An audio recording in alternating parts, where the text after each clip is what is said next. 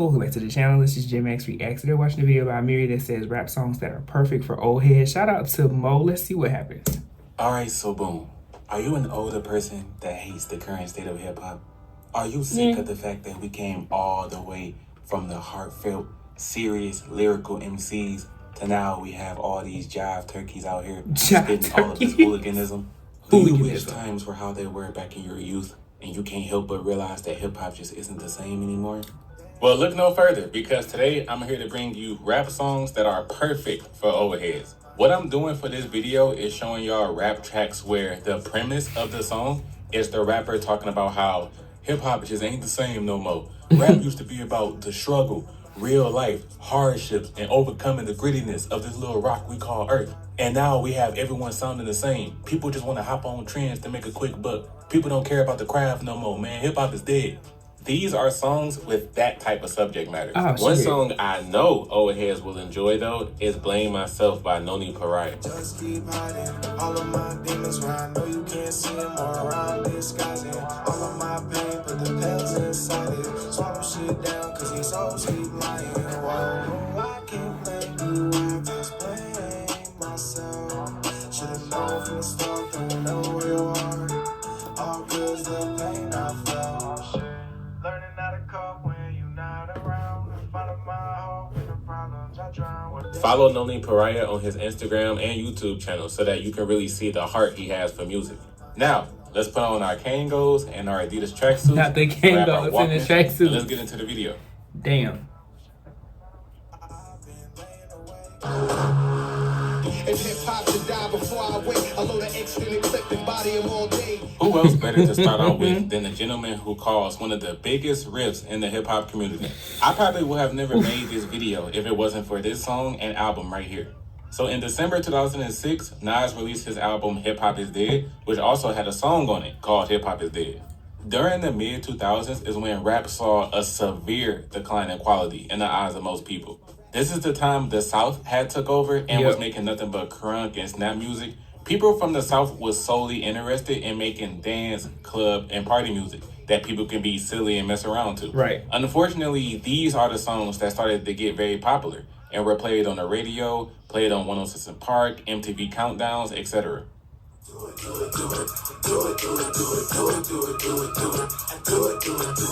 These years pissed off a lot of rap fans that loved conscious, serious rap because it became, is that seriously all it takes to get a hot song nowadays? You don't even have to write from the heart no more. You just make up a stupid dance and sell records. Like, the OGs were pissed. Nas has described his album title as meaning that hip-hop is going to fizzle out because it has no political voice anymore. There's not many people in the genre that have a lot of power in regards to helping to rebuild America's commerce and the state of living. Although that's what he meant, literally nobody took it that way and assumed Nas simply meant, oh, hip-hop is dead because the music that comes out now is trash. Right. One person that took it that way was Soulja Boy Tone. Of course. Y'all already know the issue he had to go through with so many OGs calling him out and saying, this Soulja Boy kid is the one that killed hip-hop. Everybody just wants to make a dance song now. This is ridiculous. This got to Soulja so bad that there was a viral World Star clip back in the day where Soulja said, everybody coming at me saying I killed hip-hop. Real talk, the person who killed hip-hop was Nas, dog. If it wasn't for him creating an album and starting this whole discussion of hip-hop being dead, people wouldn't even be thinking this. He's the one who even put this narrative out there, so it's low-key him that killed hip-hop. Real talk, the nigga who killed hip-hop for real is Nas, dog. That nigga killed hip-hop. He came out publicly and said, hip-hop is dead. And then after that, everybody started saying, hip-hop is dead, hip-hop is dead, all shit, I said it. When nobody think about hip-hop. So nigga, if you killed hip-hop, because think about it, if Nas would have never said hip-hop is dead, then motherfuckers would have never thought it was dead. Yeah, that was a dumbass, like he should have thought that shit over. He immediately tried to backpedal on this, and Soulja mentioned in an interview, like, what? I never said Nas killed hip-hop. People twisted my words. Even though that's exactly what he fucking said, nigga. He was like, my point simply was, if Nas never made that album and never started that movement, then hip-hop would be in a better place. They did, though. They took my words out of context and said, Soulja Boy said Nas killed hip-hop. And I was just like, oh, Soulja Boy said what? Oh, hell no, he didn't say that. I said, If Nas would have never put out the album Hip Hop Is Dead, today hip hop would be in a better state than it is. Right. And that's the truth. But with that whole history lesson out the way, if you were someone that agreed with the hip hop is dying narrative at this time, then you probably loved this Nas album and this song. Hip Hop Is Dead was the 5th song on the album, and it sees Nas touching on how he's one and the same with hip hop. He grew up listening to it. He was influenced by the ruggedness of street life in his own raps, and that's why he has an attachment to telling personal stories and having lyrics that mean something.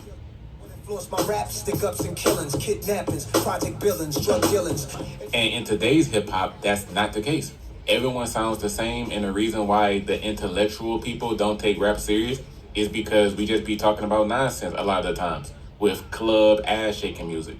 So we gotta make a change in the genre, but if it dies, then I'm dying with it because I am hip-hop. Everybody sound the same, commercialized the game, reminiscing when it wasn't all business. It forgot where it started, so we all gather here for the dearly departed.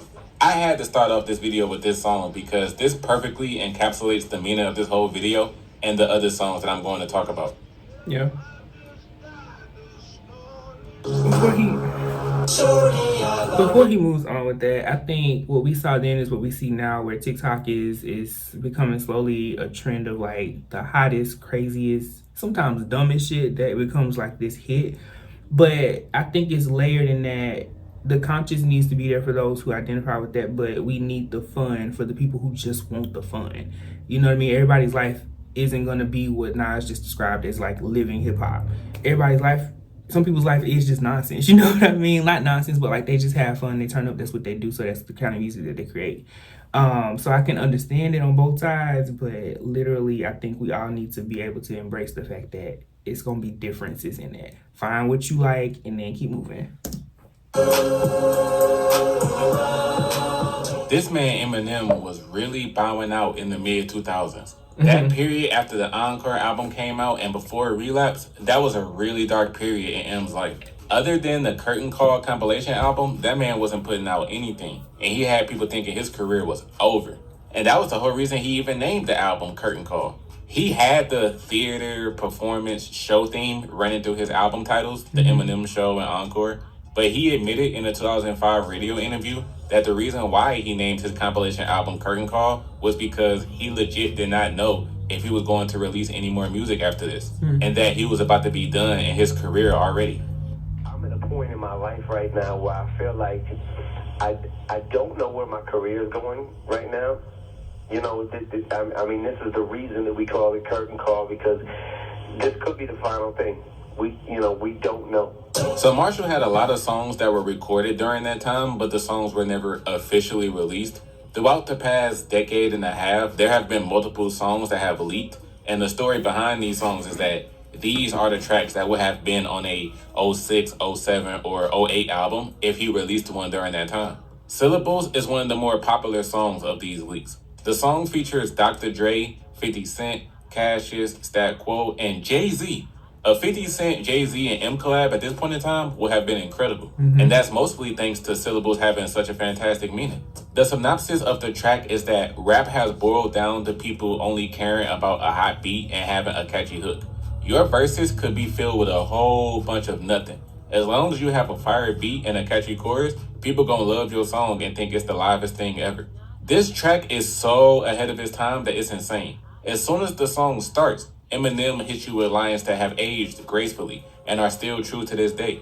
If we gotta dumb down our style and ABC it, then so be it. Cause nowadays these kids jizz don't give a about lyrics. All they wanna hear is a beat and that's it. Yeah. There are literally thousands upon thousands upon thousands of younger rap fans in today's society that will be honest and tell you that Eminem is talking about them. Hell, there are some people that are watching this video right now that will tell you that. Yeah. I don't care about lyrics for real. I just want my music to sound good. Yeah. What someone is rapping about doesn't mean that much to me. I'm listening for the melodies and a cool production. If this does apply to you, then M gives you a sample of that type of rap style in this very song. After Jay spits his verse saying that the OG rappers shouldn't even try anymore to write real raps because they're just going to lose to the younger crowd making hits with simpler flows and simpler rhymes.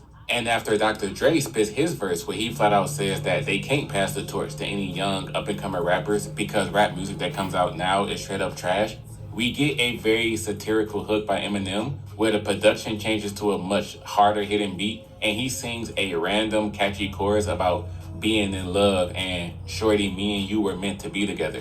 Shorty, I love you. You love me too. We were meant to be, 'cause shorty, you love me.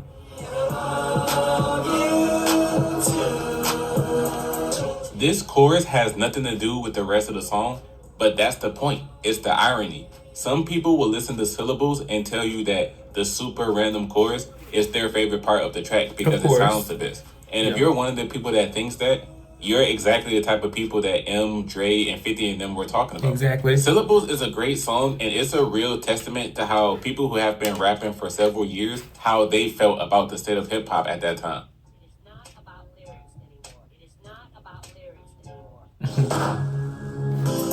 All I'm hearing on the radio. You know some OGs like Bone Thugs is going to have something to say at some point. For sure. This song, All I'm Hearing, is a solo Crazy Bone song, but the entire group actually has a track that fits this criteria that features Chameleon there, titled For the OGs. This is for the OGs, this is for the OGs, this is for everyone back in the day. If I ever do a part 2 to this, I will talk about For the OGs and that one instead. But for here, we have All I'm Hearing, which is the 6th track on Crazy's 3rd album, Gemini Good vs. Evil, released in February 2005. And if you haven't realized, this is the 3rd song in this video already that was released in the mid-2000s. So this already lets you know how that period was one of the darkest times in hip-hop. With artists like Eminem, Jay-Z, Crazy Bone, and a few others were talking about how watered down rap was at the time. On the chorus and through the verses, Crazy sings and raps about how every time I turn on the radio, I'm constantly hearing the same thing over and over again. Every day, there's a new rapper with a hot song where it's clear they just made this to make a quick buck. Nobody is taking the time to put their soul into their lyrics anymore. Is this really where rap has come to?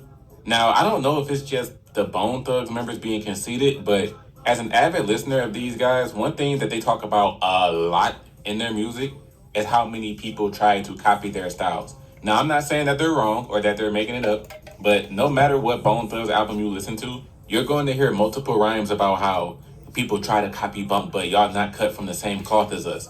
It's honestly to the point where they don't shut the hell up about it. And on this very song is what I mean. Crazy Bone insists that one of the reasons up-and-coming rappers fail to make it is because they're trying too hard to be like him and copy his legacy. Sick of hearing the same thing on the radio. Sick of seeing the same scene in the video. Everybody want to be like somebody or look like somebody. You just need to be yourself. Have these niggas out here ain't even writing. They just sit back watching Pacha and try to bite you. They keep eating my shit up, so I guess they like it. Niggas try to hang with bones, so you hear the same song, same song, same song. Okay. And that's the song right there. He sings and raps about how he has multiple styles and multiple flows. So if you want to hear some real hip hop, then he's the artist that you should be listening to. Not these young dudes out here that are clearly trying to be someone that they're not and are just chasing fame.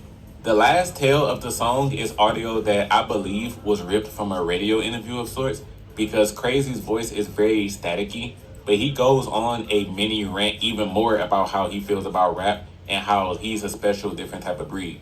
Man, when I turn on the radio today, you know what I'm saying, it's like, man, I'm hearing the same thing over and over again, constantly being drilled with the same style, with the same beat, with the same everything. It's like a lot of things can change about the business because the music game ain't original no more. Everybody trying to ride the bandwagon.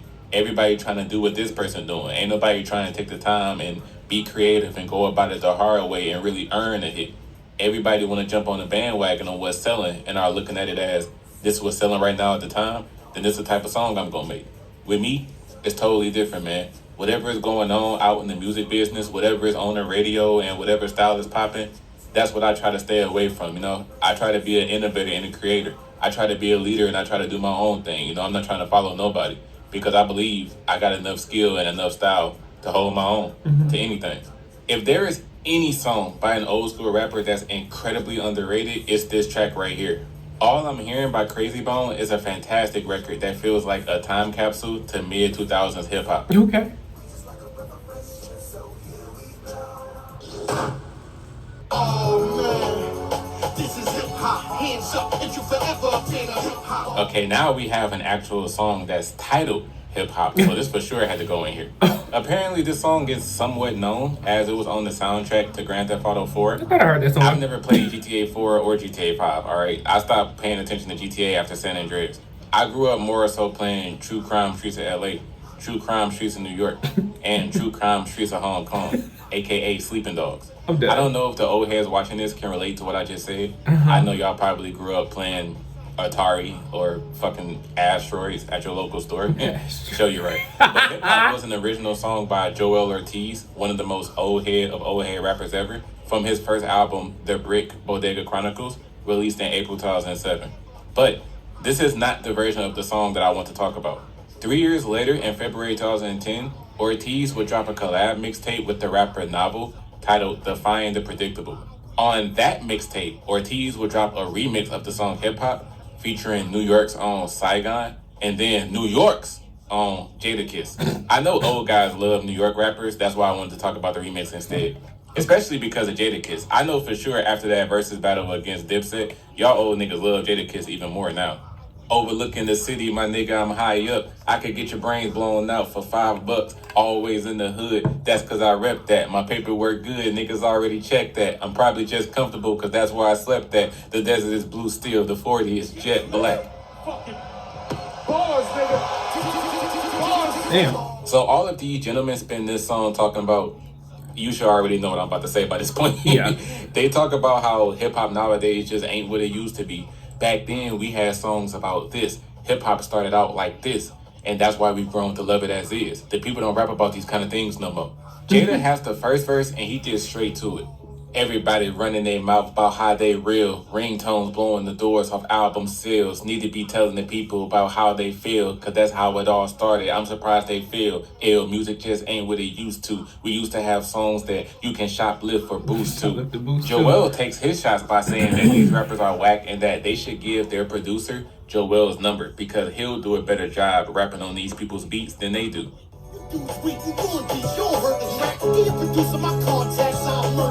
And finally, the boy Saigon has the last verse, and he shouts out fellow New York rappers who were still holding it down and doing what they could in the 2000s. Shouting out Nasir, Fat Joe with Lean Back, and Ja Rule with I got 100 clips. Nigga, I'm from New York. But more notably, Saigon says how when he first got signed to a label deal, he thought that the fame and notoriety would just instantly come to him instead of having to make hit records. But little did he know that the lyrical stuff wasn't working, especially at that time. It's like I'm in the race against time. A couple years ago, I couldn't wait to get signed. I thought automatically that my face would get shine, but being lyrical was just a waste of slick rhymes. That's hard right there. Like the lines like this, just these 4 lines alone, these are the type of lyrics where you can tell an artist actually like sat down and tried to write some real stuff. I'm gonna have to go listen to Saigon. I only know of him from Love and Hip Hop. I knew nothing of him musically at all outside of him being on Love and Hip Hop. Just going into the booth spitting a random freestyle.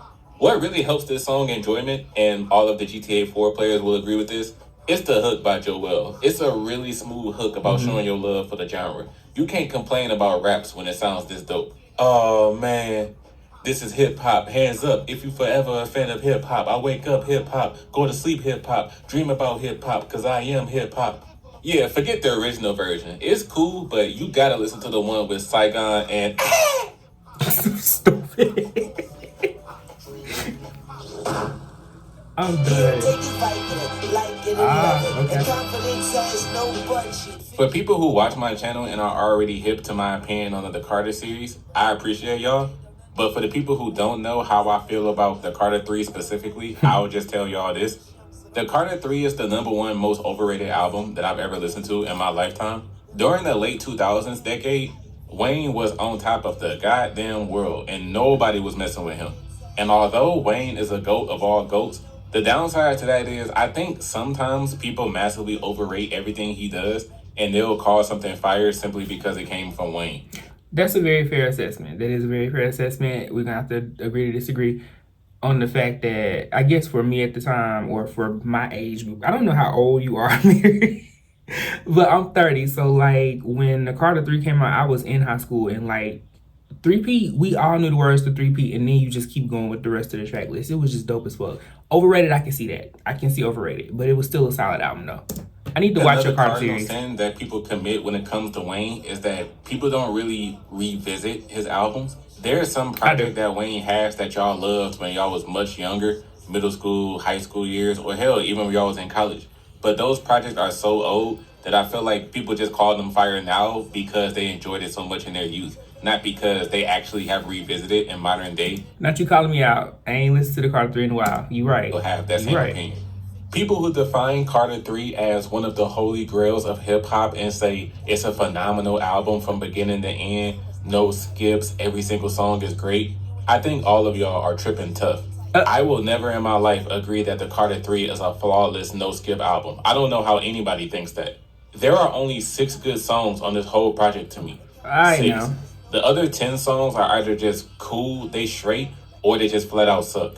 The 6 songs on the Carter 3 that are the only good songs to me are Mr. Carter with Jay-Z, Comfortable with Babyface, Tie My Hands with Robin Thicke, Let the Beat Build, Shoot Me Down, and the song that I'm going to discuss for this final entry, Dr. Carter.